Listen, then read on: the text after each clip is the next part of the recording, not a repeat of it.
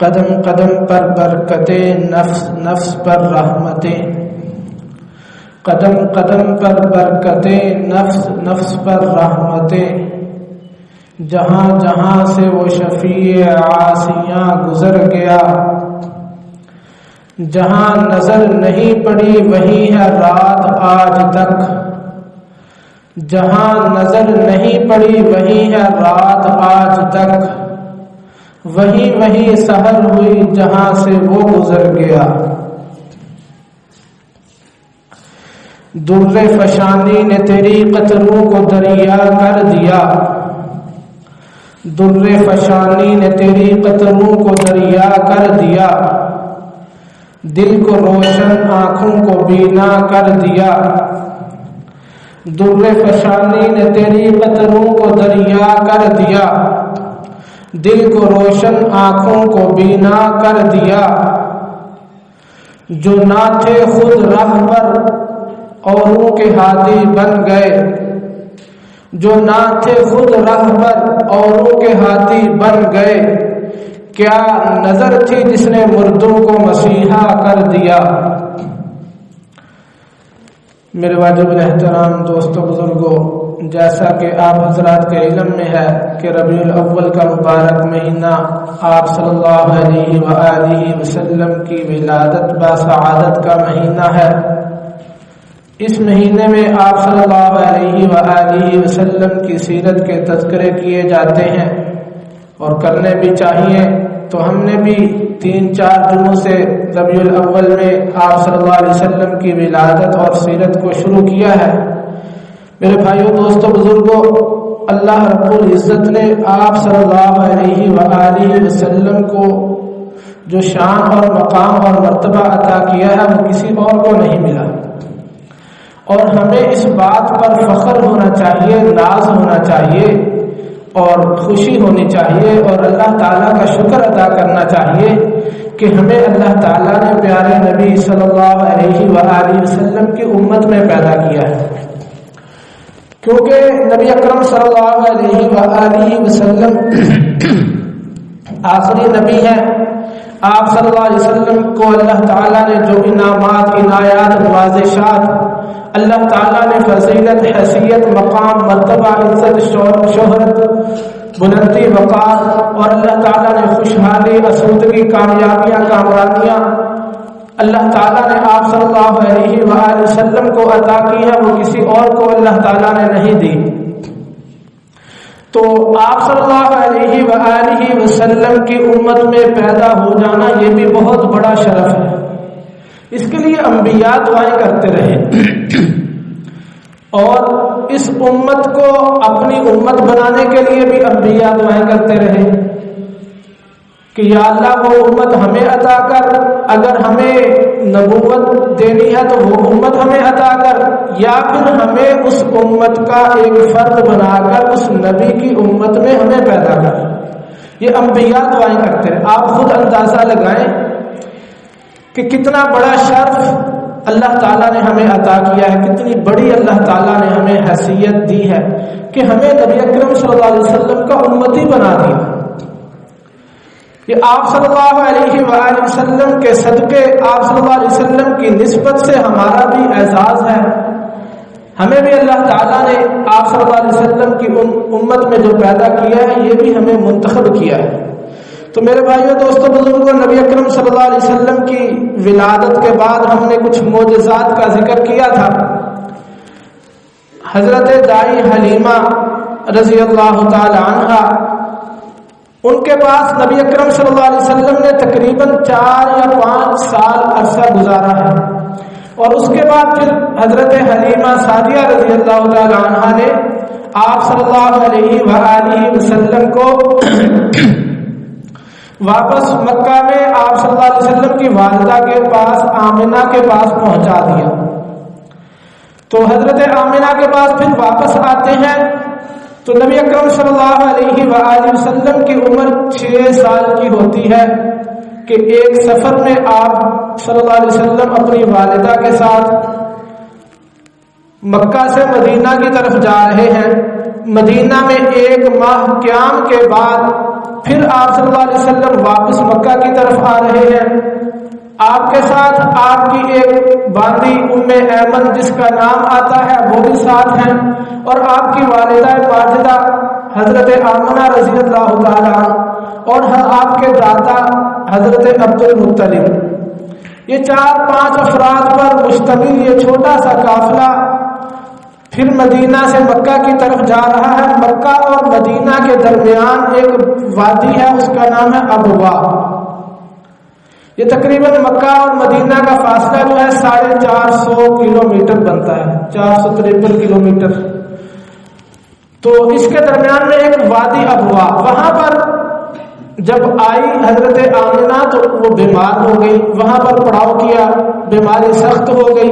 اللہ تعالیٰ کو کچھ ایسا ہی منظور تھا کہ یہ ساری جہان کے لیے رحمت بن کر آنے والا نبی, ساری دنیا پر رحمت کی چادر ڈالنے والا نبی, تمام مریضوں کے لیے شفا بن کر آنے والا نبی, تمام پریشان حال لوگوں کے سر پر ہاتھ رکھنے والا نبی, تمام یتیموں کا بابا ملجا نبی, خود جو ہے نا اللہ تعالیٰ 6 سال کی عمر میں اس کی والدہ کا سایہ بھی سر سے اٹھا رہے ہیں. شاید اللہ تعالیٰ کی اس میں یہی حکمتیں ہوں کہ اللہ تعالیٰ ہمیں بتانا چاہتے ہوں کہ میرے نبی کو کسی اور کی ضرورت نہیں ہے. بظاہر تو اللہ تعالیٰ نے یہ نظام کے تحت والدہ کے پیٹ سے ہی پیدا کیا, لیکن اللہ تعالیٰ نے یتیم کر کے یہ بتا دیا کہ یہ وہ در یتیم ہے کہ ساری دنیا اس کے در سے فیض پائے گی, یہ کسی کے در سے فیض نہیں پائے گا. آپ صلی اللہ علیہ وآلہ وسلم کا جو امی لقب ہے, جو آپ صلی اللہ علیہ وسلم کو کسی کے سامنے زانوے تلمذ نہیں کرنا پڑا, آپ صلی اللہ علیہ وسلم نے کسی سے لکھنا اور پڑھنا نہیں سیکھا, اس کے اندر بھی یہی حکمت ہے کہ اللہ تعالیٰ نے ہمیں یہ بتا دیا ہے کہ جو امام الانبیاء ہوتا ہے, جو خاتم الانبیاء ہوتا ہے, جس کی شان سب سے بلند و بالا ہوتی ہے, وہ کسی کا شاگرد نہیں ہوتا. وہ کسی کے سامنے بیٹھ کر اپنے زانو تلمذ طے نہیں کرتا, وہ کسی کا شاگرد نہیں بنتا. دنیا کے اندر کوئی اس کا مربی نہیں ہوتا, کوئی اس کا تربیت کرنے والا نہیں ہوتا, کوئی اس کو سبق پڑھانے والا نہیں ہوتا, بلکہ وہ ساری کائنات کا استاد ہوتا ہے, بلکہ وہ ساری کائنات سے زیادہ علم رکھنے والا ہوتا ہے, بلکہ وہ ساری کائنات میں ہدایت تقسیم کرنے والا ہوتا ہے, بلکہ وہ ساری کائنات کے لیے ایک نور اور روشنی ہوتا ہے. وہ کسی کا محتاج نہیں ہوتا, ساری دنیا اس کی محتاج ہوتی ہے. اللہ تعالیٰ کی یہ حکمتیں ہیں. اللہ تعالیٰ نے جتنا نبی اکرم صلی اللہ علیہ وسلم کو علم دیا ہے کسی اور کو نہیں دیا, اور اللہ تعالیٰ نے دنیا کے اندر کسی کو نبی اکرم صلی اللہ علیہ وسلم کا استاد بھی نہیں بنایا. خود اللہ تعالیٰ نے براہ راست جبرائیل امین کے ذریعے اللہ تعالیٰ نے پیارے نبی صلی اللہ علیہ وسلم کو جو علم عطا کیا ہے, ساری دنیا کا علم, صرف ساری دنیا کا علم نہیں کہہ رہا میں, ساری کائنات کا علم, ساری کائنات کا علم نہیں, سارے انبیاء کا علم, 1,24,000 انبیاء کا علم, تمام فرشتوں کا علم, جتنی اللہ تعالیٰ کی مخلوق ہے جو ہم نہیں جانتے, وہ عرشی ہو, فرشی ہو, فرشتے ہو, نوری ہو, ناری ہو, خاکی ہو, ابدی ہو, کوئی بھی ہو, جتنی اللہ تعالیٰ کی مخلوق ہے, ساری کائنات کی مخلوق کا علم, تمام انبیاء کا علم. ہمارا عقیدہ یہ ہے کہ اللہ تعالیٰ نے جتنا آپ صلی اللہ علیہ وسلم کو علم عطا کیا ہے, تمام انبیاء کا علم اس کے سامنے ایسے ہے جیسے سمندر کے سامنے ایک قطرہ. اللہ تعالیٰ نے آپ کو مقام ہی اتنا دیا ہے. لولا کہ لما خلقت الافلاک, اے نبی اگر میں نے آپ کو پیدا نہ کرنا ہوتا تو میں اس جہان کے نظام کو نہ بناتا. تو میرے بھائیو دوستو بزرگوں, نبی اکرم صلی اللہ علیہ وسلم کی والدہ ماجدہ کا 6 سال کی عمر میں انتقال ہو جاتا ہے, اور والدہ کا سایہ سر سے اٹھ جانا بہت بڑا صدمہ ہوتا ہے. جن کی والدہ گھر میں نہیں ہے ان سے پوچھ کر دیکھیے کہ یہ کتنا بڑا صدمہ اور کتنا بڑا سانحہ ہوتا ہے. جس گھر میں والدہ کا سایہ نہیں ہوتا وہ گھر اجڑا اجڑا سا معلوم ہوتا ہے. اور آپ صلی اللہ علیہ وسلم کے تو والد بھی پہلے ہی رخصت ہو گئے تھے, ابھی 6 سال کے بچے ہیں. اس کے بعد آپ صلی اللہ علیہ وسلم کی پرورش آپ کے دادا عبد المطلب نے کی. عبد المطلب نے اچھی طرح سے آپ صلی اللہ علیہ وسلم کی دیکھ بھال کی، حق ادا کیا. حتیٰ کہ سیرت کی کتابوں میں رسول پڑھ رہا تھا الرحیق مختوم، اور دیگر سیرت کی کتابوں میں یہ لکھا ہوا ہے مکے کا سردار تھا. وہ جب آتا تھا خانہ کعبہ کے اندر اس کے لیے ایک فرش بچھایا جاتا تھا، جیسے کوئی تخت یا قالین بچھایا جاتا، تو وہ اس پر بیٹھتا تھا. باقی لوگ اس کے ارد گرد بیٹھتے تھے، اور اس کے جو 10 بیٹے تھے وہ بھی اس پر بیٹھنے کی ہمت نہیں کر سکتے تھے عبد المطلب کے ساتھ، آپ کے جو دادا تھے. تو عبد المطلب اس پر بیٹھتے تو محمد صلی اللہ علیہ وآلہ وسلم جو ان کے پوتے ہیں وہ آ کر اس تخت پر، اس مسند پر، اس قالین پر آ کر عبد المطلب کے ساتھ بیٹھتے ہیں، اور باقی آپ کے بیٹے ان کو منع کرتے، عبد المطلب سے علیحدہ کرنے کی کوشش کرتے، تخت سے اٹھا کر نیچے بٹھانے کی کوشش کرتے. تو عبد المطلب ان کو منع کر دیتے، یہ میرا بیٹا بہت شان والا ہے، اس کو میرے ساتھ بیٹھنے دیجیے. یہ آپ صلی اللہ علیہ وآلہ وسلم کی پرورش عبد المطلب نے کی. پھر حضرت عبد المطلب کے بعد ان کا انتقال بھی ابھی نبی اکرم صلی اللہ علیہ وآلہ وسلم کی عمر 8 سال 2 ماہ 10 دن ہے کہ عبد المطلب کا سایہ بھی اللہ تعالیٰ نے آپ کے سر سے اٹھا لیا. عبد المطلب جاتے ہوئے اپنے بیٹے ابو طالب جو کہ نبی اکرم صلی اللہ علیہ وسلم کے سکے چچا ہے، ابو طالب کو یہ وصیت کر کے گئے کہ آپ نے ان کی پرورش کرنی ہے، ان کا خیال کرنا ہے. پھر اس کے بعد نبی اکرم صلی اللہ علیہ وسلم کی پرورش ابو طالب آپ کے چچا نے کی. آپ کے چچا کے ساتھ نبی اکرم صلی اللہ علیہ وسلم کی ابھی چھوٹی عمر ہے، 10-12 سال کی عمر ہے. اس میں 2 سفر بھی ہوئے ہیں. سیرت کی کتابوں میں لکھا ہے کہ ابو طالب جو ایک تاجر تھے، شام کے سفر پر جایا کرتے تھے. ایک سفر میں انہوں نے نبی اکرم صلی اللہ علیہ وآلہ وسلم کو بھی ساتھ لے لیا. آپ صلی اللہ علیہ وآلہ وسلم کی عمر ابھی 12 سال ہے، 12 سال کا بچہ ہے، اور ساتھ لے کر سفر میں جا رہے ہیں. دیگر قافلے والے بھی ساتھ ہیں. نبی اکرم صلی اللہ علیہ وآلہ وسلم کے ساتھ یہ سارا قافلہ جا رہا ہے. ایک درخت کے نیچے جا کر کہیں پڑاؤ کرتا ہے قافلہ. سارے قافلے والے درخت کی چھاؤں میں بیٹھ جاتے ہیں. نبی اکرم صلی اللہ علیہ وسلم بعد میں پہنچتے ہیں، سایہ ختم ہو گیا ہے. نبی اکرم صلی اللہ علیہ وسلم ویسے ہی بیٹھ جاتے ہیں. وہ درخت جھک کر نبی اکرم صلی اللہ علیہ وسلم کے اوپر سایہ کرتا ہے. وہاں ایک راہب رہتا تھا جس کا نام نستورہ آتا ہے. ایک دوسرا واقعہ اسی طرح کا اس بحیرہ راہب کے نام سے مشہور ہے. اس کا نام جرجیس کتاب میں لکھا ہوا ہے.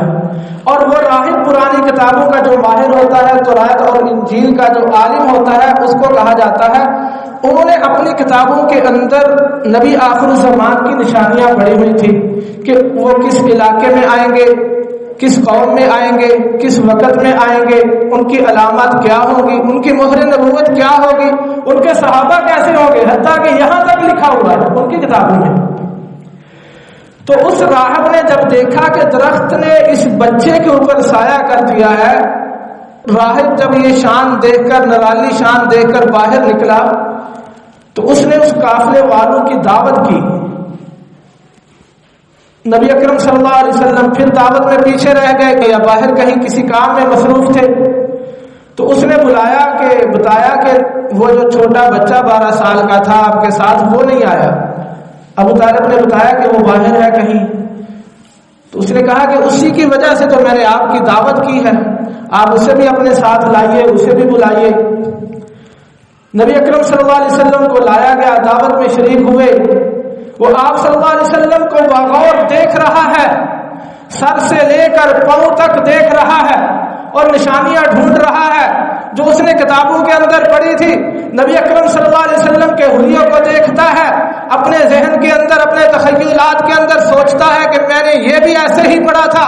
نبی اکرم صلی اللہ علیہ وسلم کے قد کو دیکھتا ہے، اپنے ذہن میں سوچتا ہے کہ ہماری کتابوں میں اسی طرح لکھا ہوا ہے. آپ صلی اللہ علیہ وسلم کے پاؤں مبارک کو دیکھتا ہے اور سوچتا ہے کہ ہماری کتابوں میں بالکل یہی نشانیاں لکھی ہوئی ہیں۔ آپ صلی اللہ علیہ وآلہ وسلم کے نورانی مقدس چہرے کو دیکھ کر وہ پکار اٹھتا ہے، بول اٹھتا ہے کہ اے قافلے والوں، ابو طالب کو وہ کہتا ہے کہ اس بچے کو اپنے ساتھ شام کے اندر نہ لے جاؤ۔ ابو طالب نے پوچھا کیوں، کیا وجہ ہے؟ اس نے کہا اللہ تعالیٰ ان کو نبی بنانے والے ہیں، نبی تو پہلے سے ہے، پیدائشی نبی ہے، نبوت کا اعلان کرنے والے ہیں، اور اگر یہود کو پتہ چل گیا تو وہ مسلمانوں کے بہت بڑے مخالف ہیں، کہیں وہ ان کو نقصان نہ پہنچا دے، ان کو قتل نہ کر دے، شہید نہ کر دے۔ ابو طالب کو اس نے یہ وصیت کی، نصیحت کی۔ تو ابو طالب نے اور دیگر قافلے والوں نے پوچھا کہ آپ نے ان کو کیسے پہچانا ہے؟ اس نے کہا کہ ہماری تورات میں، زبور میں، انجیل میں، جس کو آپ بائبل کا نام دیا جاتا ہے، اس کے اندر یہ ساری علامتیں لکھی ہوئی ہیں۔ ہماری پرانی کتابوں کے اندر جو عبرانی زبان کے اندر ہے، اس کے اندر نبی آخر زبان کی مہر تک کی نشانیاں لکھی ہوئی ہیں کہ وہ بیضوی شکل کی ہوگی، دونوں کندھوں کے درمیان ایک سائڈ پہ تھوڑا سا ہوگی، اور وہ ابھرا ہوا گوشت کا لوتھڑا جیسے ہوتا ہے ویسے ہوگی۔ آپ اگر یقین کرنا چاہتے ہو تو اس کے بدن مبارک پر آپ بھی اس کی زیارت کر لیں۔